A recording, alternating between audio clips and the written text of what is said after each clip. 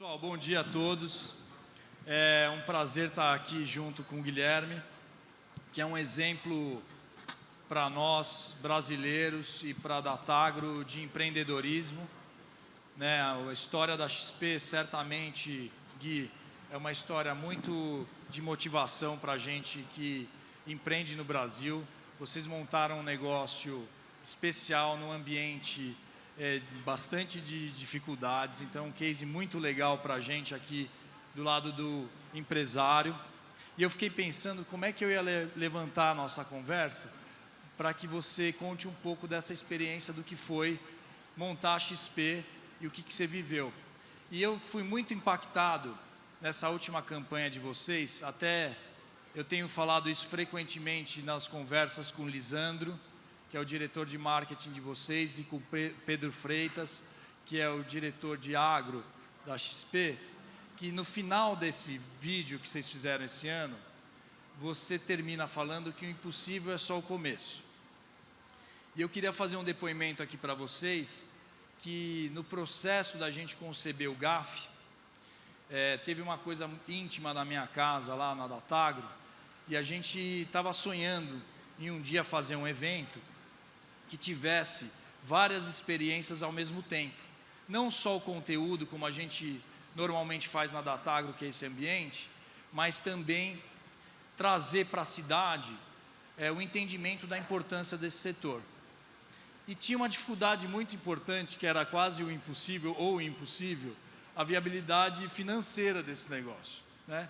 E foi a segunda reunião que eu fiz, e eu não vou esquecer nunca mais, Freitas, quando o Lite levantou e falou assim: nós estamos dentro.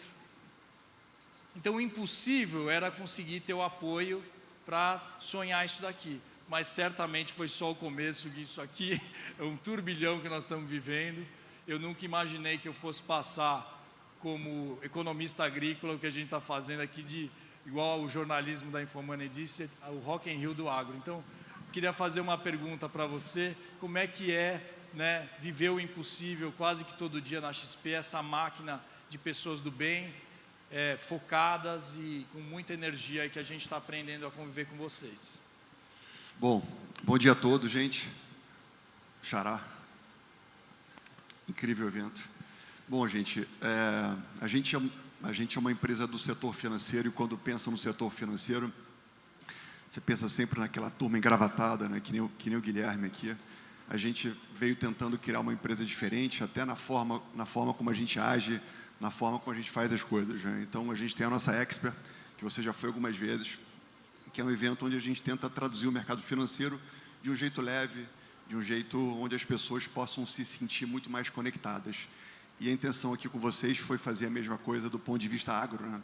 Afinal de contas, o nosso agro comanda o Brasil, faz quase 1/3 do PIB, e sem dinheiro nada funciona, né? Então, como é que a gente consegue conectar mercado de capitais com os produtores agrícolas e fazer, talvez, um mercado de capitais cada vez mais forte nessa direção? Então, a intenção é justamente que esse evento, que está começando esse ano nesse formato, a cada ano melhore um pouco mais, né? Eu falei com seu pai ali atrás, a nossa Expert começou há 15 anos atrás, que é essa convenção nossa anual, começou em 2011, esse ano é o 15º ano, e na versão 1 nossa a gente tinha 4 estandes. Então, a versão 1 aqui, nossa, esse ano a gente tem 70, 80 estandes. Mais 70 estandes. Então, tenho certeza que ano que vem vai ser melhor ainda, e é um exercício de resiliência, onde a gente vai melhorando a cada ano. Mas você comentou sobre a história do impossível. É sempre legal comentar sobre a trajetória da XP. Eu comecei a empresa há 23 anos atrás, e eu até acho que pouca gente conhece a nossa história, né? Eu comecei a XP porque eu fui demitido. Então, meu pai é médico, minha mãe é artista plástica, nunca imaginei ser empreendedor, mas um belo dia eu fui mandado embora e eu decidi que eu não queria mais ter chefe. E foi assim que a XP começou em 2001, né? Eu aluguei uma salinha, comecei a ensinar as pessoas a investir, e comecei a entender que esse era o caminho. O caminho era começar a tentar ajudar as pessoas, levando conhecimento, e quanto mais eu ensinava as pessoas, mais as pessoas confiavam em mim, e isso virou um processo que a gente veio avançando, né? Evidentemente que no presente a gente não faz mais aulas em salinhas de aula, que nem era há 20 anos atrás. A gente educa de formas diferentes. Mas foi aliás, vem sendo uma aventura deliciosa, né, onde a coisa mais importante que eu aprendi é trabalhar com gente boa, né? Então, quando eu comecei a empresa era 100% minha, né? E eu fui aprendendo a dividir o sonho com gente melhor do que eu, naquilo que eu não fazia tão bem, e fui montando uma partnership com outros sócios. Então, ter gente boa, que você confia, alinhada com você a longo prazo, no final foi isso que foi fazendo a gente chegar até aqui, e eu tenho certeza que é o que vai fazer a gente voar cada vez mais alto nos próximos anos.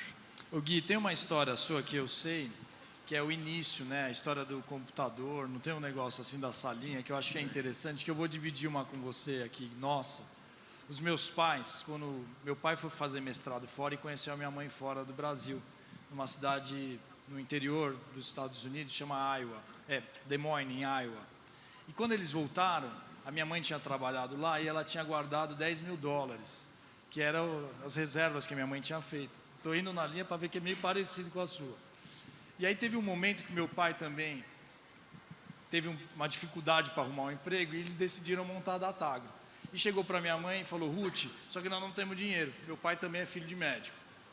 E aí ele pegou e falou: só que você tem $10.000. E dá para comprar um computador ou mobiliar a sala e a cozinha naquela época. E aí minha mãe falou que está aqui, ouvindo a gente.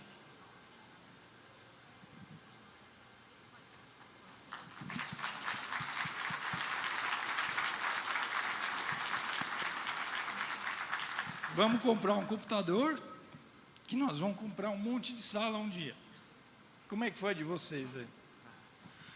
Bom, eu tinha $2.000. Eu tinha $2.000. Nós começamos melhor, hein? Comigo foi pior. Eu tinha $2.000 e eu tinha um carro financiado, né? Acho que toda a história de empreendedores que começam do zero é muito parecido. Então, quando eu comecei, o dinheiro que eu tinha durava 6 meses e acabou durando 12. Eu tive que vender meu carro. Eu me lembro literalmente de ter ficado com menos de R$1.000 na minha conta, e um amigo meu na época me emprestou R$5.000, e foi depois que esse meu amigo me emprestou R$5.000 que a gente lançou na época um curso que ensinava as pessoas a investirem, e a gente gastou todo o nosso dinheiro que a gente não tinha num anúncio no jornal da Zero Hora, que é um jornal gaúcho importante do estado. E a gente botou anúncio: curso Aprenda a Investir na Bolsa de Valores, né? E a gente tinha um salão de festas no prédio, que não custava nada alugar, era só a gente limpar depois. E eu ia dar aula e o meu sócio ia ser a pessoa que ia servir os convidados, ia receber os cheques das pessoas, ia servir o coffee break e tal. E, incrivelmente, apareceram 30 alunos corajosos que vieram aprender comigo, né? Que me pagaram R$9.000 na época. Eu achei que eu tinha ficado rico. Então, esse foi o nosso ponto de virada, e foi ali que a gente estava realmente empreendendo de verdade, né? Você começa a sentir que você está dando certo quando a sua receita é maior do que a sua despesa, né? Aí você está empreendendo, né? Se ao contrário, você está se enforcando. Então, a história foi muito parecida, e eu acho que histórias talvez como as nossas são histórias inspiradoras, porque eu acredito muito que o que vai mudar o Brasil é ter cada vez mais gente que acredita no país. E acreditar no país é tomar mais risco mesmo, é gente que investe, que toma risco, que traz ideia diferente, porque no final são os empreendedores que geram emprego, que ajudam a segurar a inflação, porque trazem competitividade, são os empreendedores que pagam mais impostos, né? Então, com mais empreendedores nós tivermos no país, mais o Brasil vai dar certo. E eu acho que a gente já vem dando certo, que a gente pega os números de 2010, o Brasil em 2010 tinha 6 milhões de empreendedores. O Brasil hoje em dia tem 24 milhões de empreendedores. É verdade que tem muita MEI, mas o Brasil vem sendo cada vez mais um país liberal, vem sendo um país onde cada vez mais as pessoas estão, na prática, apostando no país. Então, a gente está na direção certa, mas infelizmente a direção certa não é uma linha reta, né? Então é um zigue-zague, e a gente vai chegar lá. Ô Gui, tem um outro assunto que eu acho que é muito importante a gente ouvir de você, porque devem ter vários guias em vários momentos da XP. Porque certamente tem um momento que a governança vira um negócio muito importante, de gerir pessoas, mais do que gerir o negócio como você tinha concebido no começo. Como é que foi para você passar de um gestor de um negócio que você controlava para um negócio de um monte de gente que controlava? Esse desafio de se reinventar, porque a gente vive isso lá dentro de casa frequentemente, né? Porque é o desafio de você montar uma gestão transparente, com processo, meritocrática clara, para que os agentes tenham incentivo de participar, né? Legal. Eu acho que, modéstia à parte, eu acho que eu atravessei todos os estágios de empreendedorismo, né? Que é ter que vender o carro, ser duro, até o estágio de alguns anos atrás, onde a gente abriu capital na Bolsa Americana, né? Que é um desafio ainda maior. Mas eu acho que a coisa mais difícil de empreender é justamente o que você falou, né? A gente aprendeu a vida inteira que time que está ganhando não se mexe, né? Eu acho isso a maior mentira que tem. Porque as habilidades que trouxeram você como empreendedor até certo estágio, não necessariamente vão ser as habilidades que vão levar você para o estágio seguinte. Então, você se reinventar é muito difícil. Então, no meu caso aqui, eu lá atrás, eu era um assessor de investimentos, eu atendia os clientes. Né? E aí eu tive que aprender a abandonar algo que eu fazia bem feito e aprender a liderar um grupo de pessoas que eu não sabia como fazer. Então, empreender, se você cresce, é justamente você ir deixando no tempo as coisas que você fazia bem feito e se jogando em coisas novas, que são as coisas que passam a ser necessárias a partir daquele momento. Né? Tem um livro super legal de um argentino chamado Cláudio Araoz. Eu devorei esse livro já algumas vezes. Né? Ele fala que não é que quando você começa a empreender, é importante você ser um especialista. Né? Você está focado em o que e como fazer. Então, quando seu pai começou lá, né, você era aquela pessoa que entendia os detalhes dos dados, do agro e etc. Mas, depois de um tempo, se você continuar focado nos temas de o que e como, se você continuar sendo um executor de tarefas, quem vai liderar as pessoas? E depois de um tempo, você começa a ter mais gente. No começo é só você, seu pai, sua mãe. Depois você começa a ter um time. E aí, quando você começa a ter um time, você precisa ficar especializado em quem. Você tem que deixar esse estágio do que e como e começar a se preocupar com os temas de pessoa. E os temas de pessoa é como é que eu consigo atrair o capital humano correto, como é que eu coloco as pessoas certas na posição correta, como é que eu crio uma cultura forte, como é que eu me comunico com o time. E, no final, gente é que faz a coisa acontecer. Né? Então, eu fiz essa transição talvez em 2010, eu acabei demorando um pouco demais. Né? Até fizeram um livro sobre a nossa história, que é o livro Na Raça. Então, durante 10 anos foi na raça mesmo. Então, a gente investia cada ano todo o lucro que sobrava no ano anterior, e por 10 anos eu fui um grande especialista. Mas em algum momento, eu continuei sendo especialista, mas em 2010 a empresa já tinha 500 funcionários. Então, se você é um especialista e você é um de 500, olha a confusão que é. Você quer se meter em tudo, você quer entrar em tudo, mas você não consegue mais. E aí você começa a perder o controle da companhia. Então, até 2010 a empresa cresceu muito, mas em 2010, 11, a empresa começou a patinar. E eu comecei a perceber que o defeito era eu. Eu tinha que mudar a minha forma de conduzir a companhia naquele momento. E aí foi quando eu entendi a importância de mexer na minha agenda, e eu diria que de 2010 até o presente, a minha agenda é basicamente a agenda de pessoas. Né? Como é que a gente consegue atrair o capital humano correto, botar essas pessoas na posição certa e tirar o melhor de cada ser humano que trabalha com você. No final, essa é a principal alavanca de empreendedorismo que eu aprendi até hoje. Né?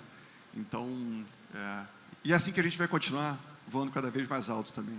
O Gui, outra história importante aqui da história de vocês, que eu queria ver se você acha legal dividir, como é que foi o processo de abrir o capital na Bolsa, fora do Brasil, né? Toda essa experiência de sonhar com isso e conseguir chegar lá, tá no Wall Street, né? Lá toda aquela experiência que deve ser muito legal e fantástica, né? eu sempre brinco com Freitas aqui, é brincadeira, Freitas, tá? Mas eu sempre digo que todo empresário, ele, né, aliás, muitos deles sonham em abrir capital, né? Mas depois que você abre capital, o seu sonho é fechar o capital. Bom, brincadeira, Freitas, brincadeira. Mas né, quando você abre capital, a parte maravilhosa é que você acessa capital infinito, né? Você fica mais conhecido, você melhora bastante a governança, e isso te dá munição de forma que você possa continuar avançando cada vez naquele mercado que você definiu, né? E, acima de tudo, eu aprendi a trabalhar com sócios. Desde lá de trás, né, quando eu comecei a empresa, quando eu fui transformando as pessoas que eram competentes ao meu lado em meus sócios, e desde 2010 a gente começou a ter sócios estratégicos. Então, a gente teve um fundo inglês chamado ACT, depois um fundo americano chamado DA, que é nosso sócio até hoje. Nós somos sócios há 12 anos, e tivemos o Itaú entrando há 6, 7 anos atrás, e a gente acabou abrindo capital. Quando você abre capital, você passa a ter o mercado como teu sócio. E quando você tem uma postura humilde, e você tem sócio, você fica mais inteligente, porque o sócio bom te pergunta, né? Te pergunta, te questiona. Então, essa também foi uma outra coisa importante de ter aberto capital. É muita gente te cobrindo, te analisando, te escrutinando, e isso testa as suas convicções e te permite que você possa se perguntar várias vezes se você for na direção certa. Então, a parte que não é tão boa é que você fica mais exposto, mas ter sócio, ter gente boa e ter acesso ao capital foi algo super importante que deixou a empresa ainda melhor, né? E sobre a abertura de capital, é uma grande aventura, né? Você passa quase um ano viajando o mundo inteiro, conversando com as pessoas mais inteligentes do mundo, então foi uma experiência inesquecível. Mas eu espero que eu não faça outra.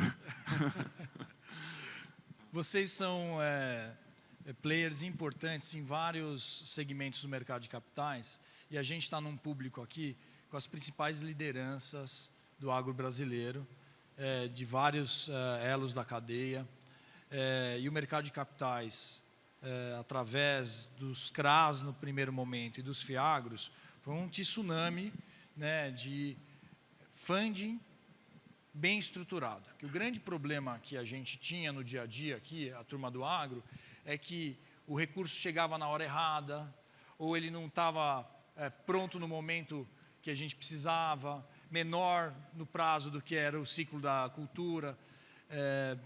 Esses eventos aconteceram várias vezes aí na história de vocês. O que você acha, qual que é a sua visão de como é que deve se desenvolver o mercado de capitais no agro, numa visão macro de tendência, de coisas a serem desenvolvidas ainda? Olha, eu acho que um dos grandes legados que a XP deixa no Brasil até então, e eu acho que é uma coisa que vai fazer cada vez mais diferença, é justamente ter um mercado de capitais cada vez mais forte. Eu não conheço no mundo países que tiveram sucesso consistente de longo prazo que não tivesse uma dose importante de mercado de capitais. E o que é isso na prática? É quando você convence a população a tomar outros tipos de riscos com o seu investimento. Então, se a gente voltar no tempo, talvez uns 15 anos atrás, ali 2010, 11, se você é um empresário e quisesse levantar capital, você tinha basicamente 5 opções no país, que é conversar com os 5 bancos que existem no país e que controlam basicamente tudo que a gente conhece. Então, o Brasil tem a maior concentração bancária do mundo. Isso, evidentemente, impede o Brasil de ser melhor do que o que ele pode, porque você não tem competição. Um país ele consegue ser mais forte se você consegue fazer o capital chegar aonde mais é necessário. E o que a gente veio fazendo esses anos é justamente isso. Quando a gente começa a criar o mercado de debêntures, o mercado de CRIs, o mercado de gestoras independentes, o mercado de CRAs, de FDICs e de tantas outras coisas. Porque a gente começa a convencer a população a justamente acessar diretamente vocês, empreendedores, e com isso o investidor compra um produto que tem um retorno um pouco maior, eventualmente um risco um pouquinho maior também, mas a gente tira o banco do processo e começa a acontecer o mercado secundário.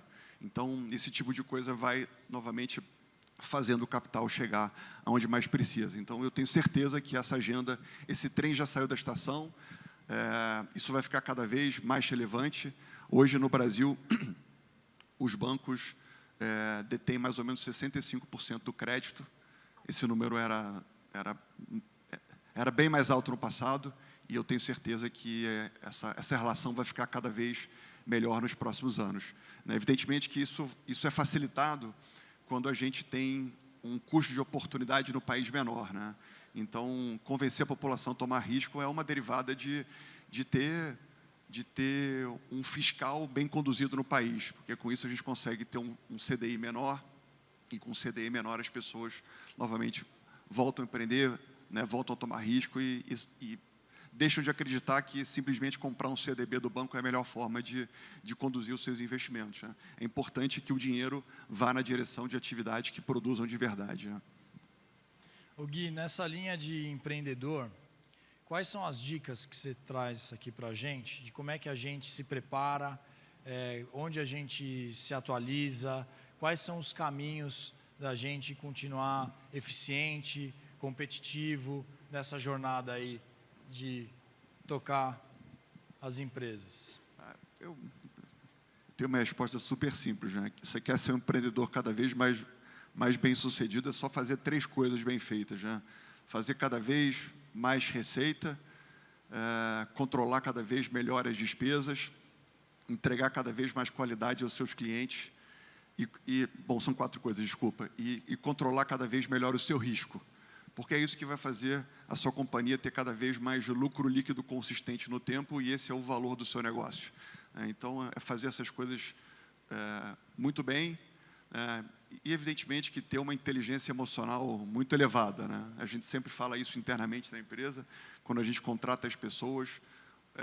Hoje em dia, o conhecimento ele é tão rápido, né, que não adianta mais você ser apenas uma pessoa inteligente que estudou em boas universidades, né?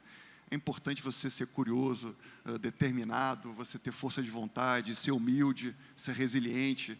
Essas são as características dos empreendedores e eu diria que das pessoas como um todo que acabam sendo mais bem-sucedidas, né? Você tem que querer de verdade fazer aquilo que você se comprometeu a fazer, né? E quando você tem essas coisas todas que eu falei, você pode demorar um pouco mais, um pouco menos, mas mais cedo ou mais tarde você vai chegar lá.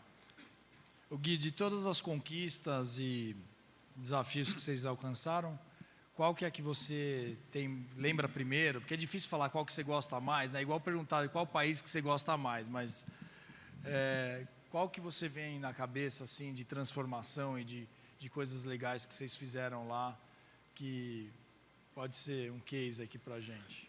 Olha, Guilherme, foram muitos, né?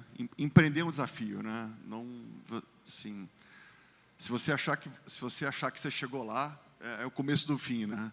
Então, o empreendedor ele sempre fica de guarda alta, dando tudo que tem todos os dias e sempre com medo de tudo, né? Dos concorrentes, do mercado, né? Da inovação e assim por diante. Então, a gente já atravessou vários momentos difíceis, mas quando você tem um time correto ao seu lado,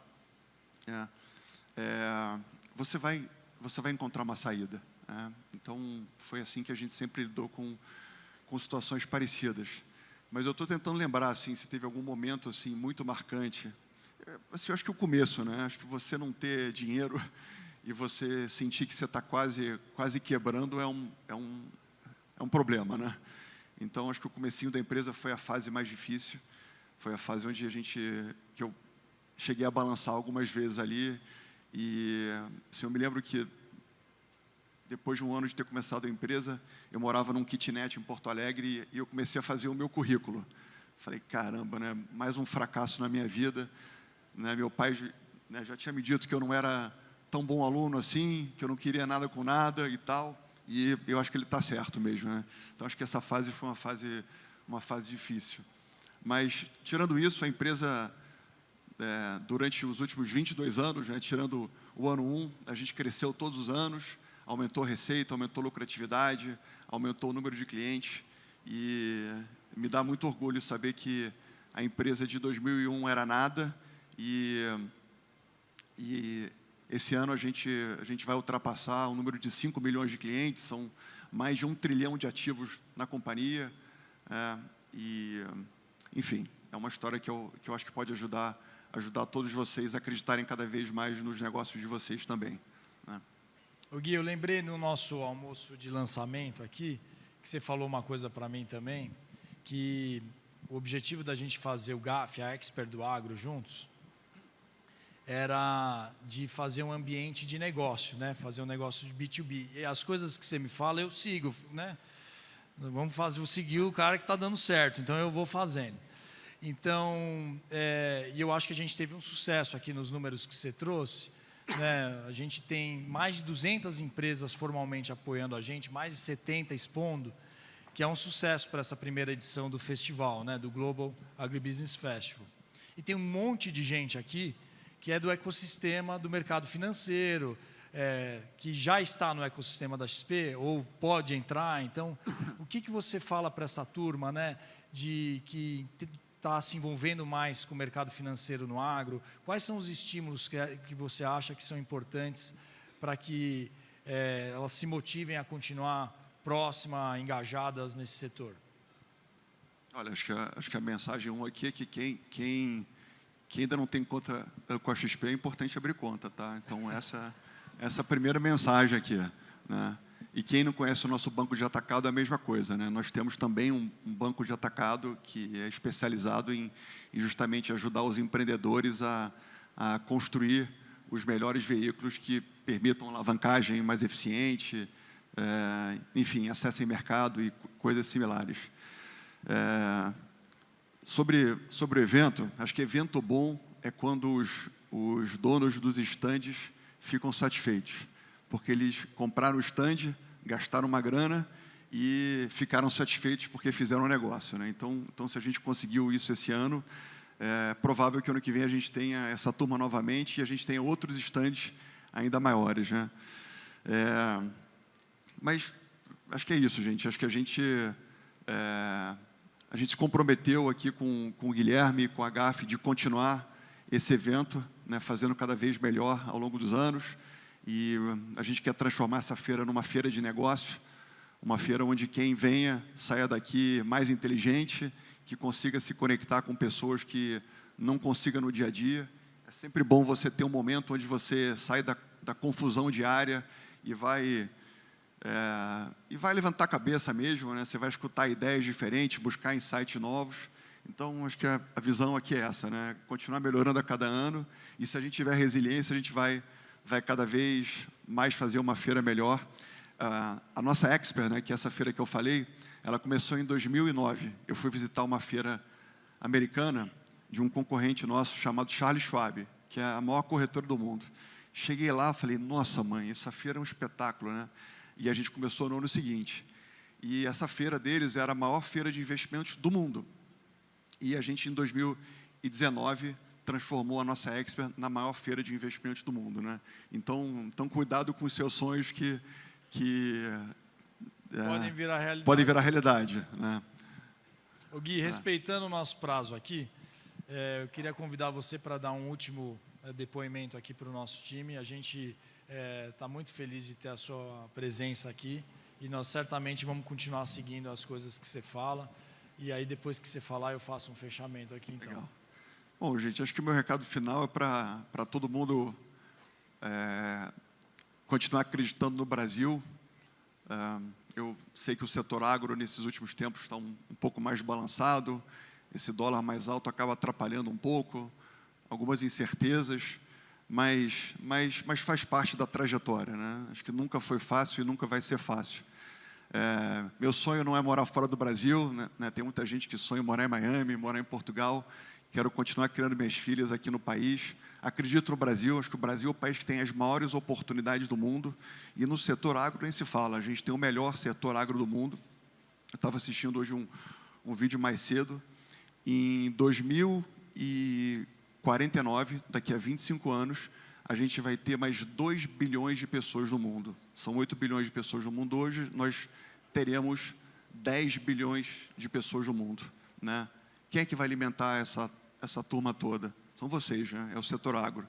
Então, é fundamental que a gente faça o nosso agro ser cada vez mais competitivo, que vocês sigam motivados e inspirados, fazendo a gente ser cada vez mais vanguarda no mundo. E mais cedo ou mais tarde, as coisas começam a se encaixar no trilho novamente, e é isso aí. E a gente vai cada vez mais construir o Brasil que a gente tanto sonha. Obrigado, gente. Obrigado novamente. Obrigado. Uma salva de palmas para esse cara simples, legal e acessível aqui, viu, gente? Prazer. Obrigado, Gui.